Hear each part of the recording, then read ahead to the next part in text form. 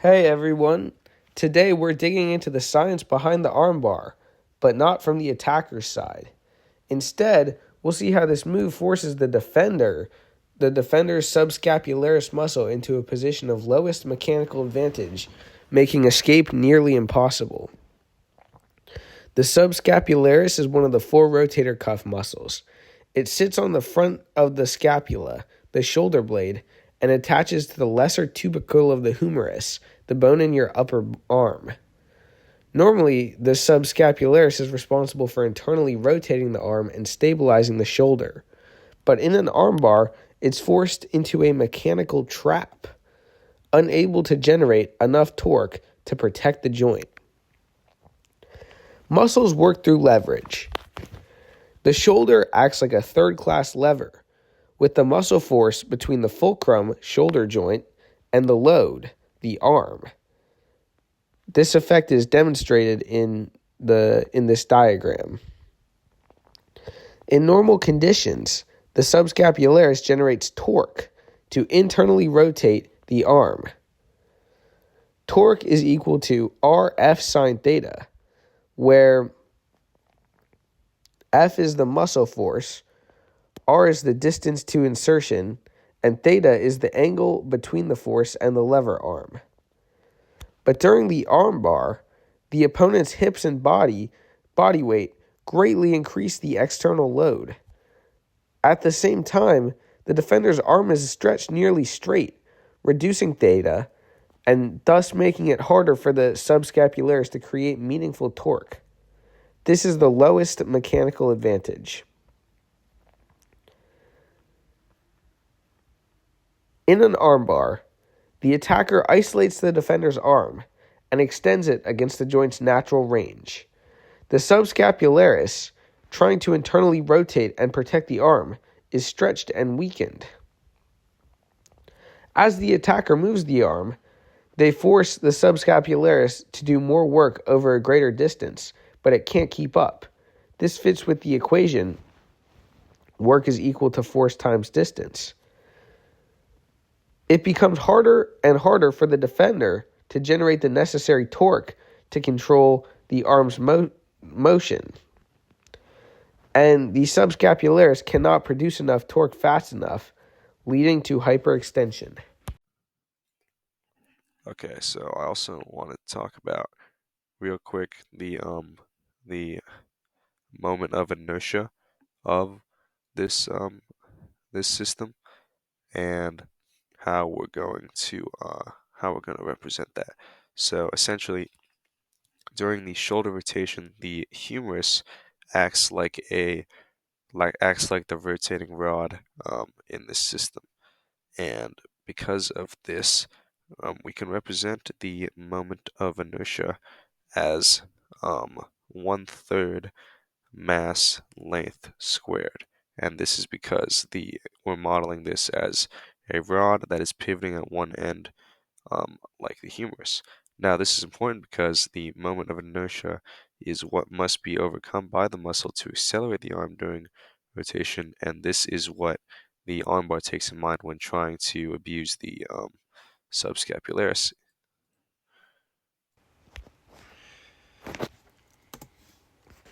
Okay, so we're gonna be looking now at a demonstration by an army professional here, who is gonna demonstrate more slowly the armbar.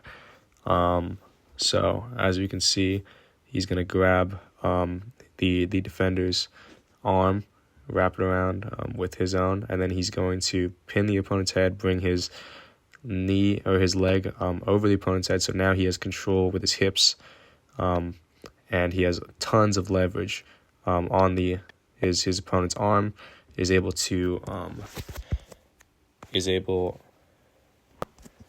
to stretch the defender's humerus into extension, and the subscapularis, it tries to resist, but with the mechanical advantage, it can't slow down the kinetic energy that builds up in the arm, and so if he was to finish the move, it would break.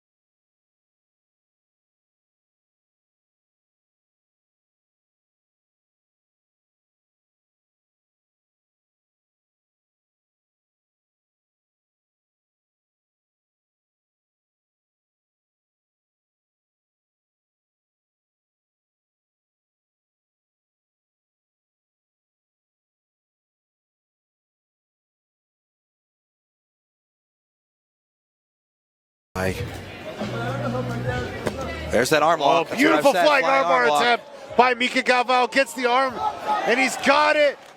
So now we're gonna be watching some videos of the armbar being used in actual competition by some jiu-jitsu and MMA athletes. We'll notice that these examples are a lot more fancy, a lot more flashy than what we have seen originally in our previous examples, but they all share the same constants of putting the arm into that position to apply torque on the subscapularis and create that mechanical disadvantage that is necessary for the armbar. We're also going to talk real quick about the kinematics behind this movement. So the angular displacement and velocity of the humerus during internal rotation, as well as the formula theta is equal to the angular velocity times time plus 1/2 angular acceleration time squared. And these are the equations, or these are the things that describe the kinematics of the armbar.